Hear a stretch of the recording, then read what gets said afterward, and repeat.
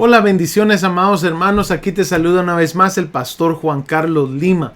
Estamos muy emocionados por el comienzo de esta clase virtual, de este discipulado virtual que hemos estado ya anunciando por varias semanas.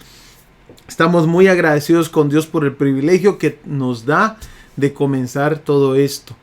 ¿Qué te parece si comenzamos con una oración y le pedimos al Señor su bendición sobre todo lo que vayamos a hacer el día de hoy?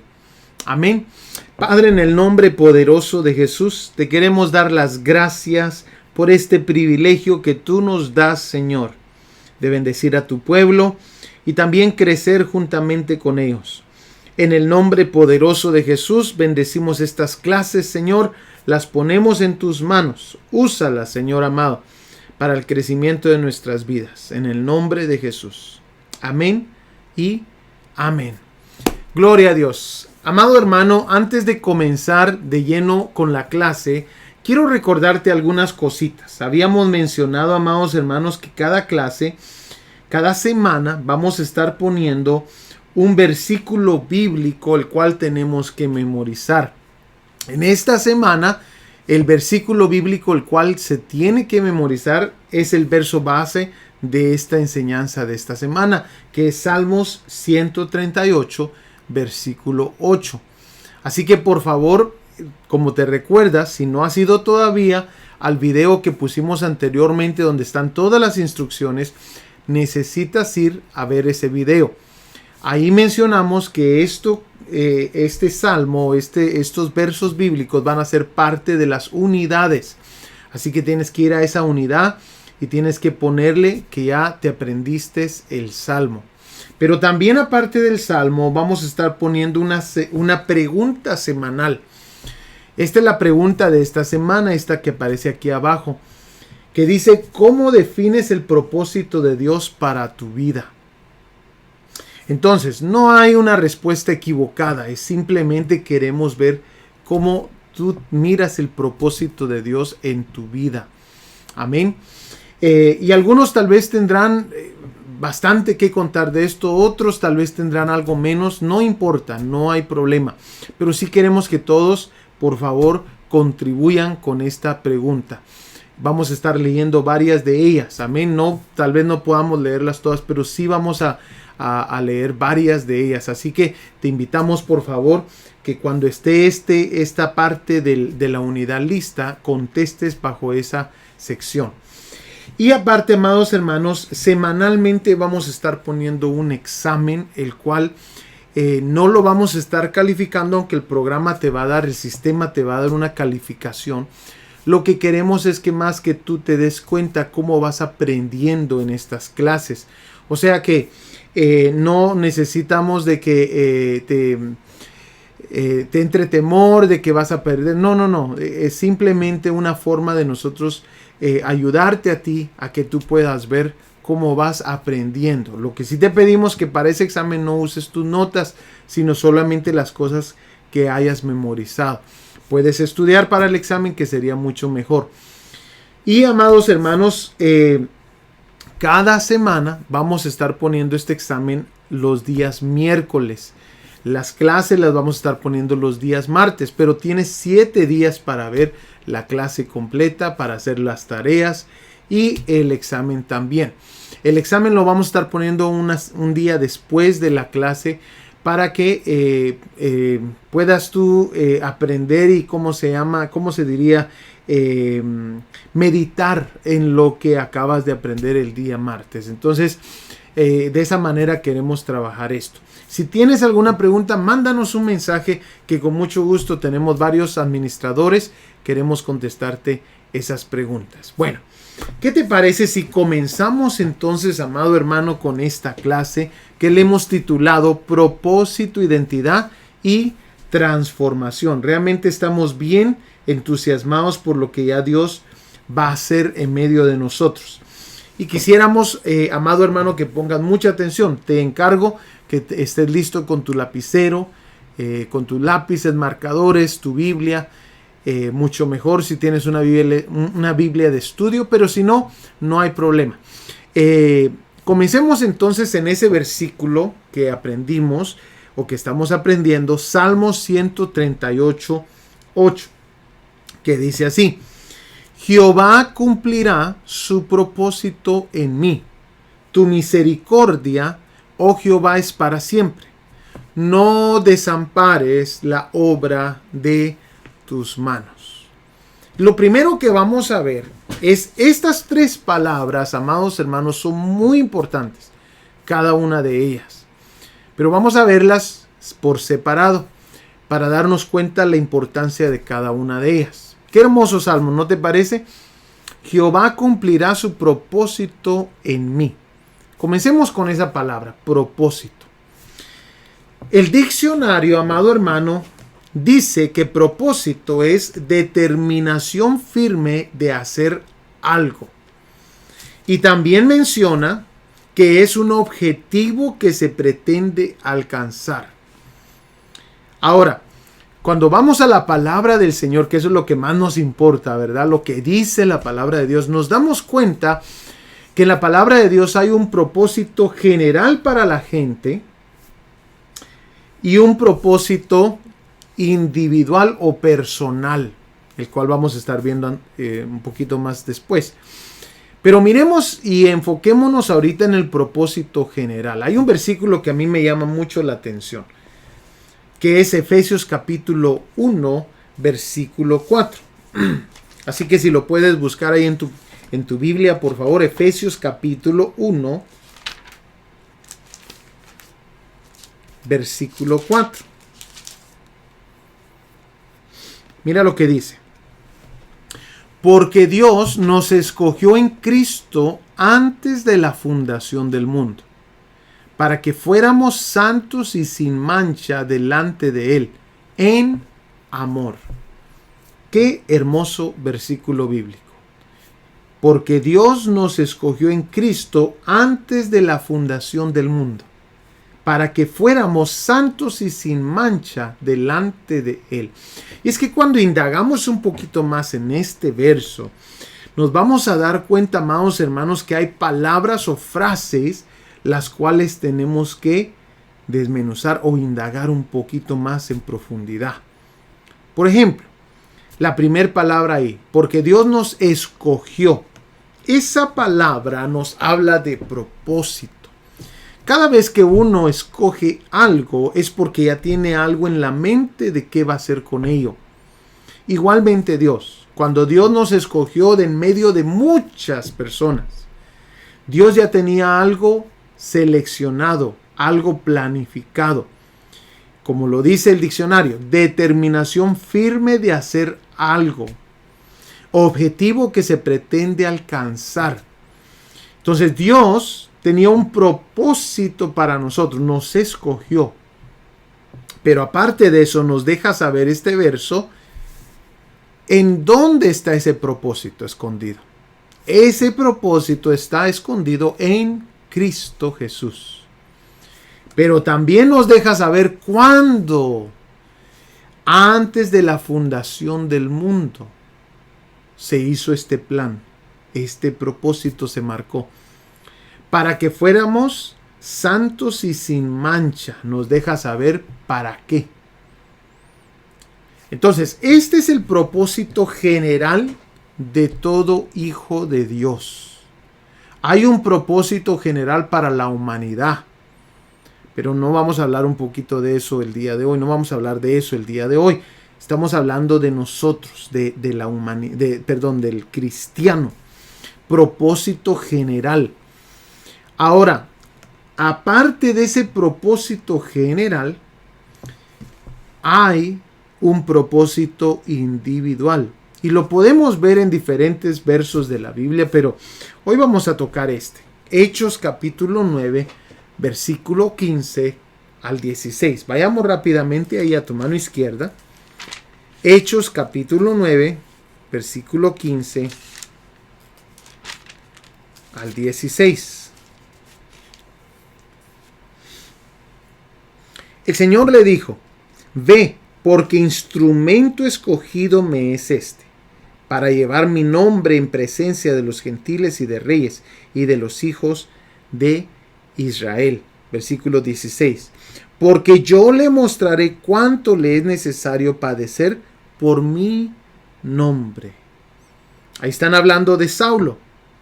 Nos damos cuenta, amados hermanos, que Saulo tenía un propósito individual, aparte de su propósito general. Todos nosotros tenemos un propósito general en Cristo Jesús, pero también tenemos un propósito individual. Ahora, es importante saber y notar, amados hermanos, que estas tres palabras están entrelazadas una con la otra. Lo vamos a ver un poquito más adelantito. Mira conmigo Colosenses capítulo 3, versículo 3, que viene a confirmar lo que hemos estado hablando de esto del propósito. Dice, porque habéis muerto y vuestra vida está escondida. Subraya esa palabra escondida en tu Biblia. Vuestra vida está escondida con Cristo en Dios. Nuevamente confirma lo que hemos estado viniendo hablando. Porque Dios nos escogió en Cristo. Colosenses 3:3 lo dice de esta manera. Porque habéis muerto y vuestra vida está escondida con Cristo en Dios. A veces nos preguntamos, pastor, ¿por qué es de que yo no encuentro cuál es el propósito de Dios para mi vida? Pero la realidad del asunto, amados hermanos, es que la Biblia nos deja claro que el propósito de nuestra vida está escondido en Dios, en Cristo, en Dios. Entonces dice, porque habéis muerto y vuestra vida está escondida con Cristo en Dios. Entonces, ¿dónde tenemos que buscar? Allí, en Cristo Jesús, porque ahí está escondido. Y desde el principio, desde antes de la fundación del mundo, ya habían decidido que esto iba a ser así. Qué hermoso, ¿no? Entonces, miremos, amados hermanos, ahora estas tres palabras nuevamente y aprendamos algunas cositas acerca de ello. Estas tres palabras son muy, muy importantes en este estudio, porque mencionamos que el propósito de la persona está entrelazado con la identidad. O sea, amado hermano, es inseparable el propósito de la persona con su identidad. Inclusive, si la persona no vive su identidad que se le ha dado, no alcanza su propósito. Lo mismo aparece o ocurre, amados hermanos, entre la identidad de la persona y la transformación, el proceso de transformación. Mira lo que puse aquí. La identidad de la persona está entrelazada con su proceso de transformación. Entonces, amados hermanos, para nosotros alcanzar las metas, el propósito de Dios para nuestras vidas, las promesas de Dios para nosotros, es importante vivir la identidad que se nos ha dado. Y de eso vamos a hablar un poquito más. Identidad es el conjunto de rasgos o características de una persona o cosa que permiten distinguirla de otras en un conjunto. Entonces, estas tres palabras son muy, muy importantes. Un ejemplo bíblico. Nos damos cuenta en Sansón. Sansón se desvió de su propósito. ¿Por qué? Porque comenzó a perder su identidad. El pecado ensució lo que él era. Entonces es importante que entendamos. El propósito está entrelazado con la identidad y la identidad está entrelazada con el proceso de transformación. Bueno, sigamos entonces. Miremos un poquito entonces ahora acerca de la identidad. ¿Qué nos dice la palabra de Dios acerca de ello? Si la identidad es así de importante, en la Biblia, cuando Dios quería usar a alguien con un propósito específico, ¿cómo lo hacía? Mira cómo lo puse aquí. ¿Qué pasaba entonces cuando Dios tenía un propósito específico para alguien? Una de las cosas que vamos a notar en la palabra es que cuando Dios tenía algo que hacer con alguien en específico, le daba una nueva identidad. La identidad nunca va separado del propósito. ¿Y cómo lo hacía? Bueno, en la Biblia es fácil notarlo, porque la identidad de la persona estaba marcada en su nombre. Por eso es que miramos que en la Biblia seguido, cuando Dios tiene un plan para alguien y el nombre no va de acuerdo con el plan que Dios tiene, ¿qué hacía Dios? Le cambiaba su nombre. Interesante. Miremos, lo podemos ver aquí en Génesis capítulo 17, versículo 5. Y no se llamará más tu nombre Abraham, sino que será tu nombre Abraham, porque te he puesto por padre de muchedumbres de gentes.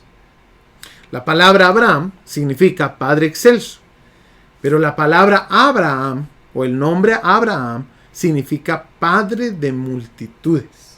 Y esto le agradó a Dios, este nombre le agradó porque iba de acuerdo con el propósito que él tenía para Abraham.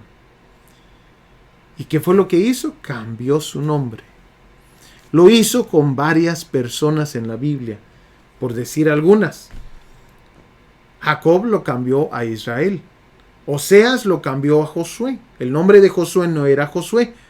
Le cambiaron su nombre. El nombre de Josué era Oseas. A Saraí le pusieron Sara y a Saulo le pusieron Pablo. Entonces, ahora nos vamos a dar cuenta que el enemigo, Satanás, también conoce esto. Conoce de que si no se vive la identidad, no se alcanzan los planes del propósito. Entonces, ¿qué es lo que hacía el enemigo? En Daniel 1:7 nos damos cuenta de una historia que nos va a ayudar a entender esto. Mire lo que hacía. A estos el jefe de los eunucos puso nombres. Pero un momento, ¿ya qué? ¿Sí o no ya traían sus nombres propios? Sí, ya los traían. Pero no iba de acuerdo con los planes que el enemigo tenía para esa temporada, para ese imperio de Babilonia. Entonces el enemigo cambió sus nombres. Pero lo que no pudo cambiar fue el corazón de esos jóvenes. Mire lo que dice. Puso a Daniel, Beltsasar, a Ananías, Sadrach, a Misael, Mesac y a Azarías, Abednego. Cada uno de estos nombres tenía que ver, los nombres que ellos se les pusieron en Israel, tenía que ver, amado hermano, con Dios. Daniel significa Dios es mi juez. Ananías significa Jehová es piadoso. Azarías, Jehová ha ayudado. Pero ahora, amados hermanos, el rey de Babilonia les cambia su nombre a algo relacionado con su imperio, con Babilonia. Miremos los nombres que le pone. A Daniel le puso Beltsasar, que significa Bel protege su vida. Y este era un ídolo de Babilonia. A Ananías le puso Sadrach, que significa mandamiento del dios Aku, que es el dios Luna. Y a Azarías le puso Abednego, que significa el servidor del dios Nego. Entonces, amados hermanos, te das cuenta que el enemigo quiere cambiar la identidad de las personas, porque cambiando la identidad de las personas, tuerce su propósito. Pero aquí es donde nosotros tenemos que ser como estos jóvenes. Dice Daniel capítulo 1 versículo 8. Y Daniel propuso en su corazón no contaminarse con la porción de la comida del rey, ni con el vino que él bebía. Pidió por tanto al jefe de los eunucos que no se le obligase a contaminarse. Amado hermano, el enemigo está sirviendo de igual manera como lo hizo en este entonces, está sirviendo sus platos de comida.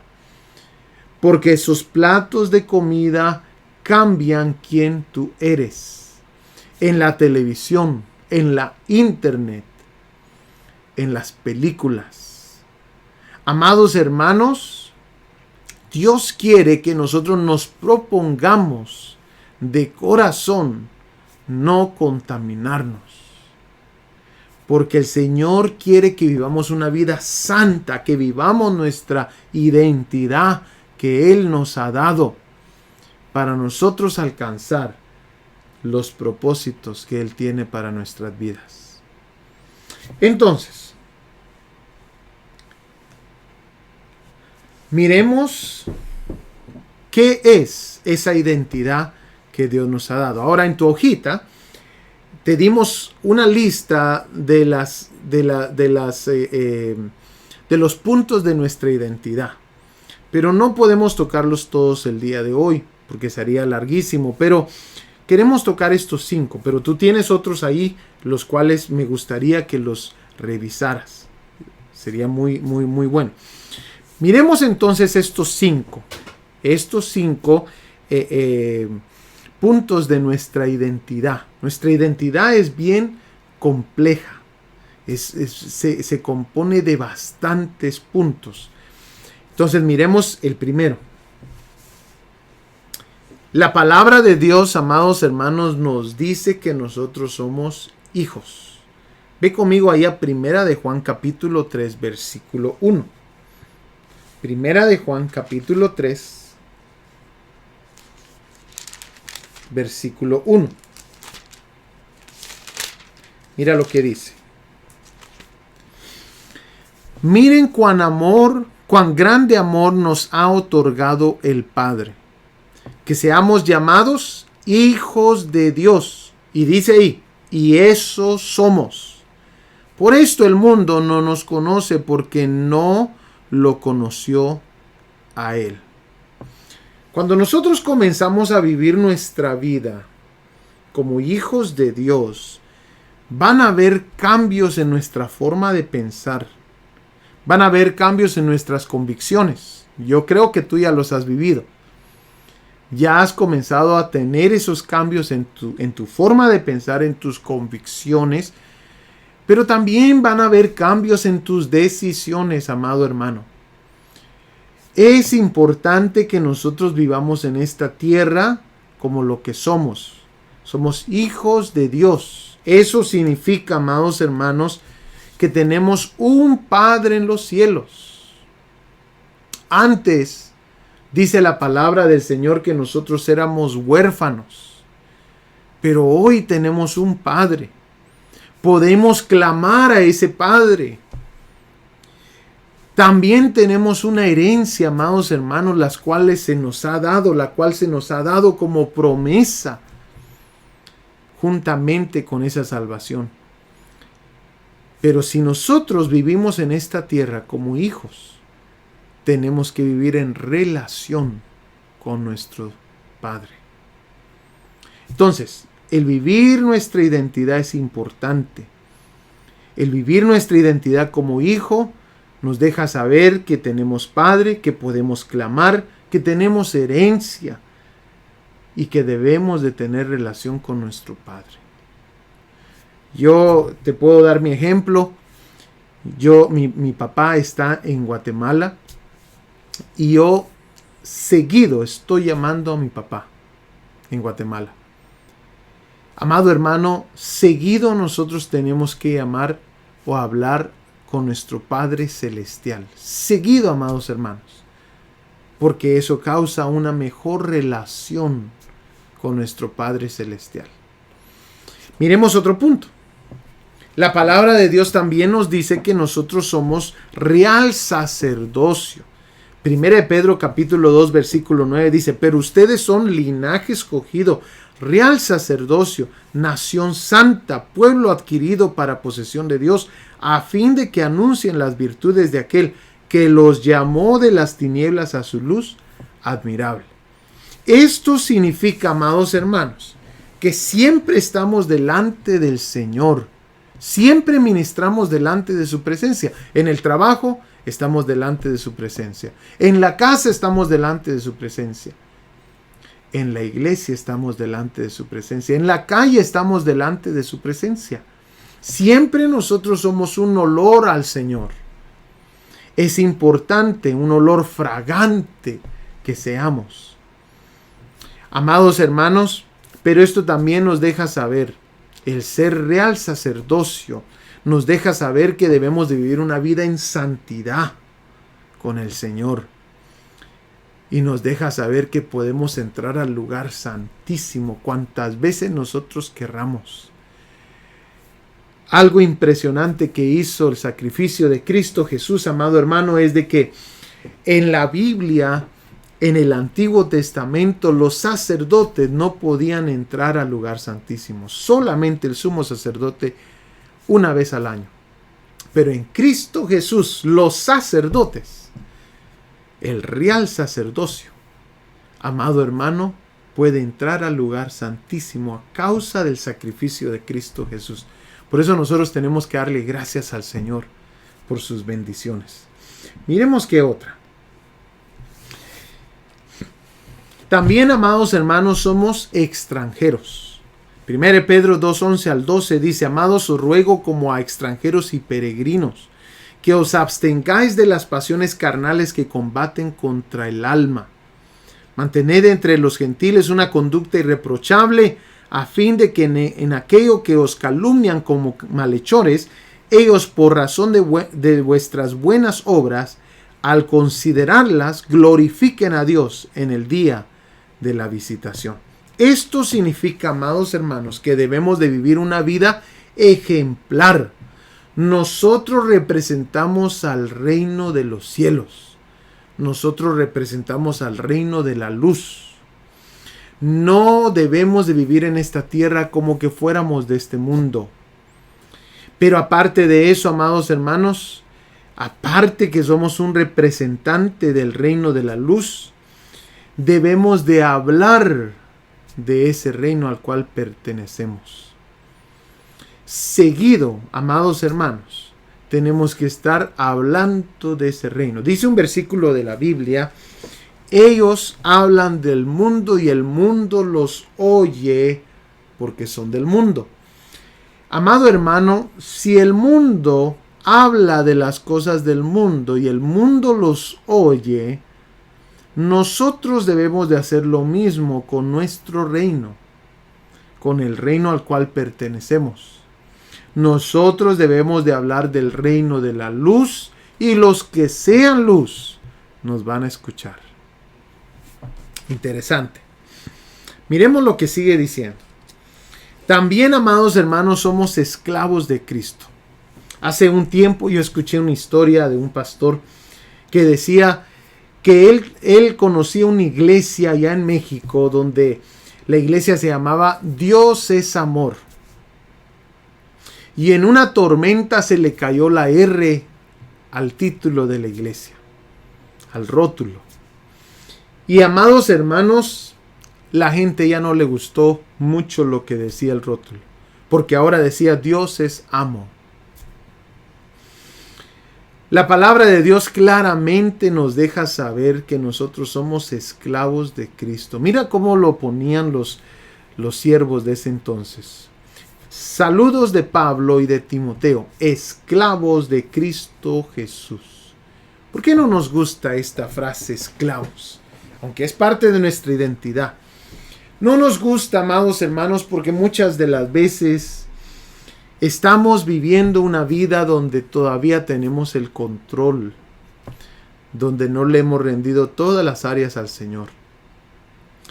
Pero recordémonos, para nosotros alcanzar el propósito de Dios para nuestras vidas, tenemos que vivir nuestra identidad. Día tras día debemos de morir a nuestro yo.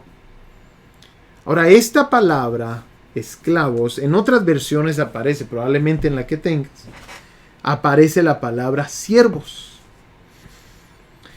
Y estas palabras, ¿por qué aparecen de diferente manera en las diferentes versiones? Bueno, la palabra en sí realmente viene de la palabra doulos, en griego transliterado, del Strong 1401, que significa esclavitud, esclavo, servir o siervo. O sea, amado hermano, que cuando nosotros somos esclavos de Cristo y estamos viviendo esa parte de nuestra identidad, vamos a estar conscientes que estamos siempre al servicio de Jesús. Vamos a hacerlo el Señor de nuestras vidas. No solamente el Salvador, el Señor. Quiere decir, amado hermano, que vamos a ser obedientes. pero también quiere decir que nuestra voluntad está muerta. Ya no vivo yo, decía Pablo, mas Cristo vive en mí. Amado hermano, el vivir nuestra identidad es una labor de toda una vida. El cristiano no se puede dar un descanso. Mira el último punto aquí. También la palabra de Dios nos deja claro que nosotros somos la esposa del Cordero. Ve conmigo por favor ahí Apocalipsis capítulo 19, versículos 7 al 8. Que dice: regocijémonos y alegrémonos y démosle a él la gloria, porque las bodas del Cordero han llegado y su esposa se ha preparado, y a ella le fue concedido vestirse de lino fino, resplandeciente y limpio, porque las acciones justas de los santos son el lino fino. Esta también es parte de nuestra identidad. En esta tierra tenemos que vivir como hijos de Dios, como real sacerdocio, como extranjeros y peregrinos, como esclavos de Cristo Jesús. Y fíjate que esa palabra, doulos, que habíamos visto, es una palabra que es un esclavo voluntario. Un esclavo voluntario del Señor, doulos.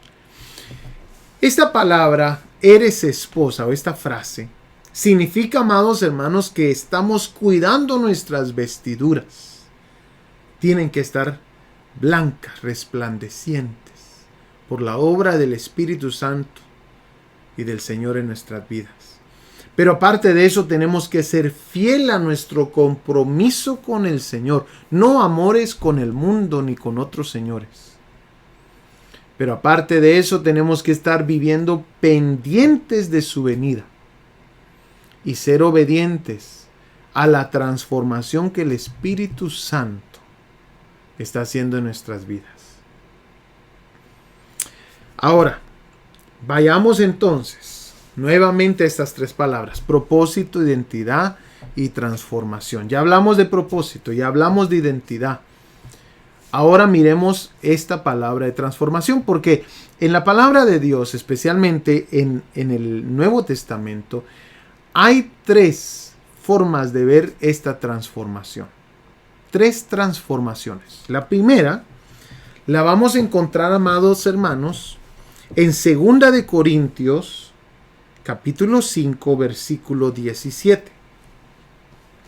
Ve conmigo, por favor, a 2 de Corintios, capítulo 5, versículo 17.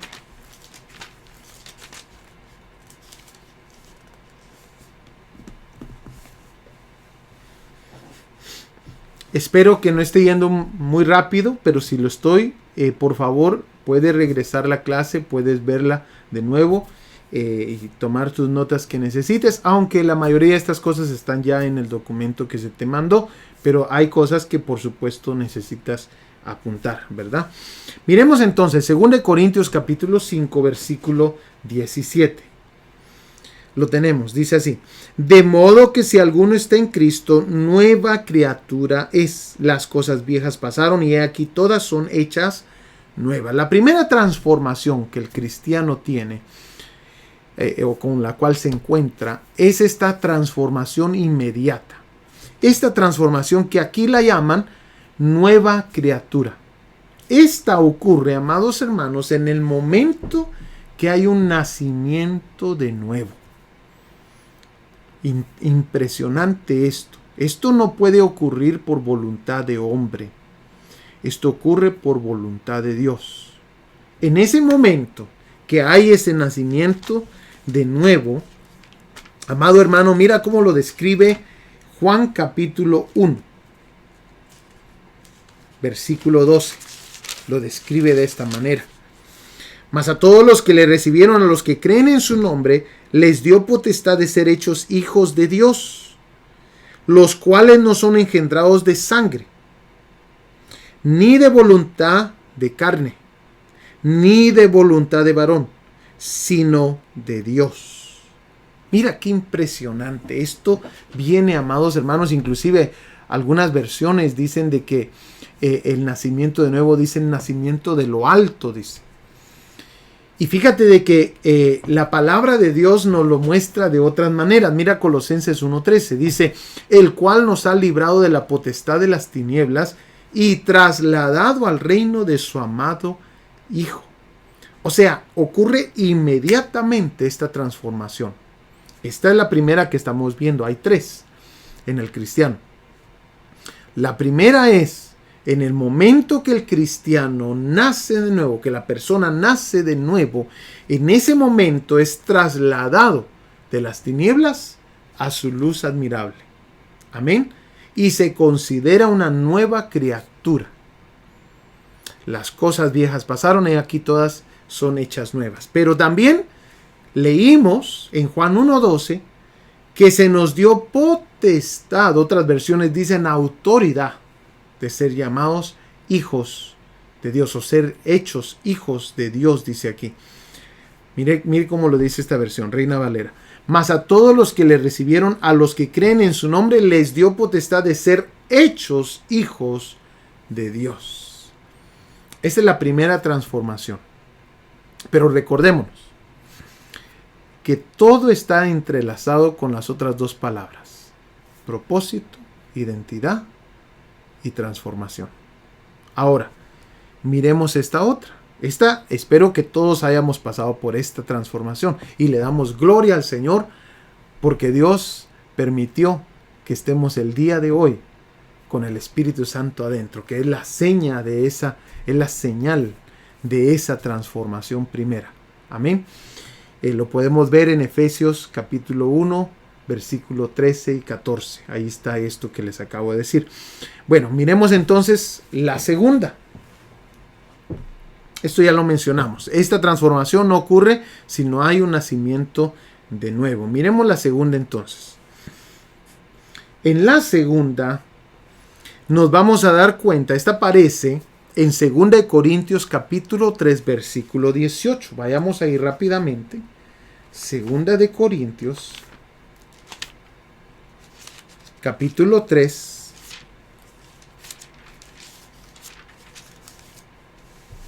versículo 18.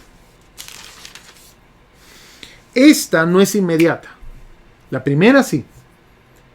Pero esta segunda es progresiva. Mira lo que dice ahí 2 Corintios 3, 18. Por tanto, nosotros todos, mirando a cara descubierta, como en un espejo, la gloria del Señor, somos transformados. Subraya la palabra o circula la palabra transformados. De gloria en gloria en la misma imagen, como por el Espíritu del Señor. Bueno, miremos entonces. Esa palabra transformados, amados hermanos, en griego transliterado es la palabra metamorfo. Metamorfo, griego transliterado, del Strong 3339. Es muy diferente a un nacimiento de nuevo, un nuevo nacimiento.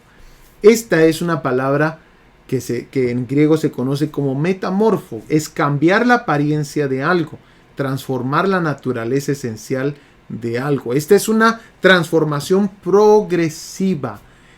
Es el proceso de nuestra vida entera. Vamos a estar seguido, amados hermanos, en un ambiente de transformación. Metamorfo. Ahora, esto es muy similar a lo que ocurre, y de aquí se saca la palabra metamorfosis. Esto es muy similar a lo que ocurre en una metamorfosis como la conocemos. Ninguna metamorfosis se lleva a cabo, amados hermanos, en un ambiente equivocado. De igual manera, el metamorfo que habla la palabra del Señor se lleva a cabo solamente bajo el ambiente adecuado. Solamente. Por ejemplo, amados hermanos, tenemos a las ranas. Mira lo que encontré acerca de las ranas. Las ranas son anfibios. Estoy hablando de las ranas porque ellas sufren lo que es la metamorfosis. Las ranas son anfibios, es decir, que viven tanto en la tierra como en el agua. Sin embargo, durante las etapas previas al final de la metamorfosis, viven en el agua. Las etapas previas al final de la metamorfosis viven en el agua. Las larvas que salen de los huevos depositados en el agua se denominan renacuajos y son similares a un pez. Nadan, respiran bajo el agua, dado que tienen branquias. Los renacuajos aumentan de tamaño hasta que llegan el momento de la metamorfosis. Amado hermano, de igual manera, el cristiano no es transformado si no está en el ambiente adecuado. Por eso, amados hermanos, es tan importante lo que dice aquí. Que esta transformación ocurre como por el Espíritu del Señor. Quiero dejar este punto bien claro. El cristianismo, o el evangelio, mejor dicho, el evangelio no se trata de gente mala convertida a buena. De eso no se trata el evangelio. El evangelio se trata de gente transformada. Y la transformación, o el metamorfo, si lo queremos poner así, ocurre bajo un ambiente correcto. Ese ambiente correcto tiene que estar lleno de la palabra de Dios, del Espíritu Santo y de relación con la vid verdadera, Jesucristo.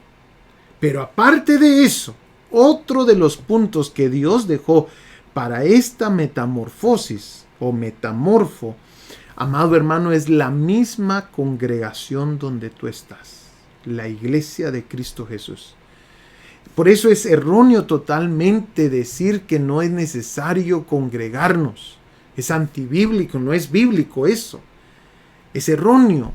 Es tan importante que tú estés congregándote, porque ahí, amado hermano, se está llevando ese metamorfo.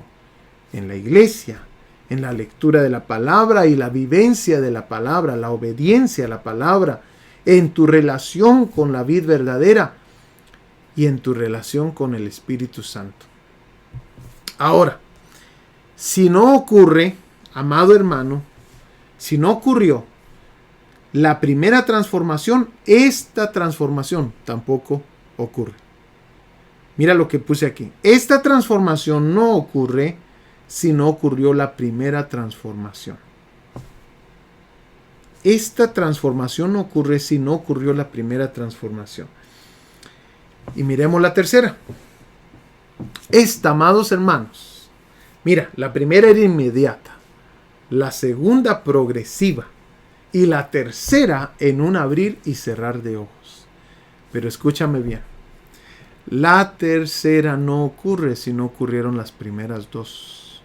Esta aparece, amados hermanos, en 1 Corintios, capítulo 15, versículo 51, donde dice: He aquí os digo un misterio, no todos dormiremos, pero todos seremos transformados.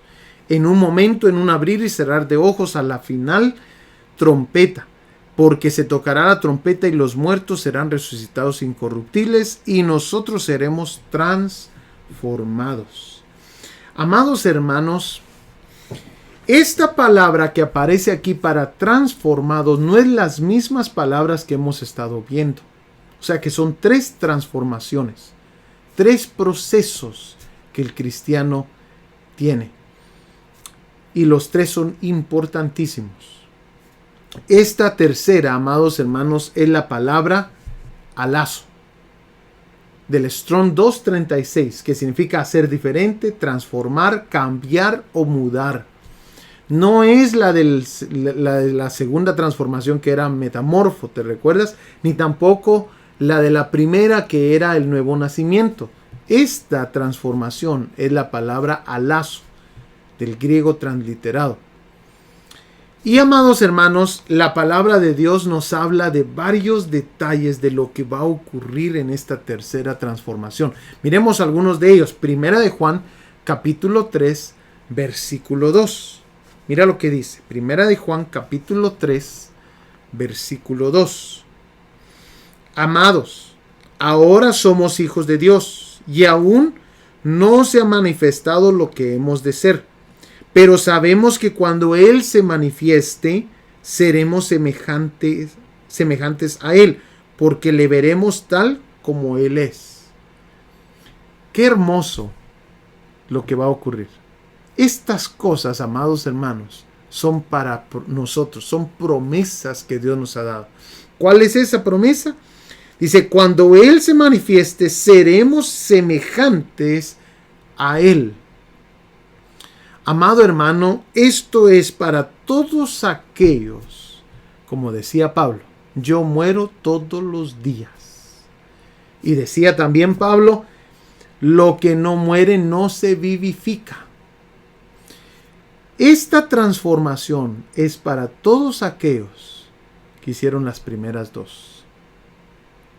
Si nosotros en las primeras dos, específicamente en la segunda, no le damos el lugar al Espíritu Santo, amados hermanos, no ocurrirá esto para esas personas que no rindieron sus vidas al Espíritu Santo.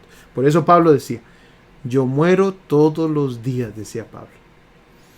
Pero mira lo que dice Filipenses capítulo 3, versículo 21, que también me llama la atención. Filipenses capítulo 3, versículo 21. El cual transformará el cuerpo de la humillación nuestra para que sea semejante al cuerpo de la gloria suya. O sea, vamos a ser semejantes, vamos a llegar a la estatura del varón perfecto. Y dice que vamos a llevar, amados hermanos, la gloria de su cuerpo, de Él. Mira lo que dice, el cual transformará el cuerpo de la humillación nuestra, este cuerpo. Dice, para que sea semejante al cuerpo de la gloria suya. Y mira 1 Corintios 15, 49.